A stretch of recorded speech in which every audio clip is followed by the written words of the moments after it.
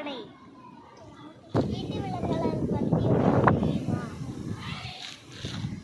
பூனை, நாய், பசு.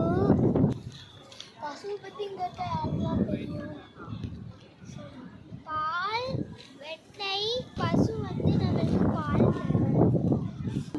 பசுவின் காலில் ஊட்டச்சத்துகள் அதிகம் இருக்கு. பசுவோட பால்ல இருந்துதான் தயிர், வெண்ணெய்,